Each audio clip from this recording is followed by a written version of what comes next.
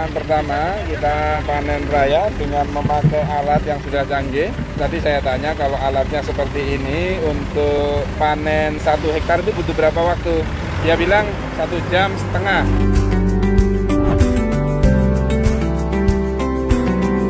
Harapannya bisa dikembangkan sehingga bukan hanya jual padinya saja, akan tetapi olahannya juga bisa dikembangkan.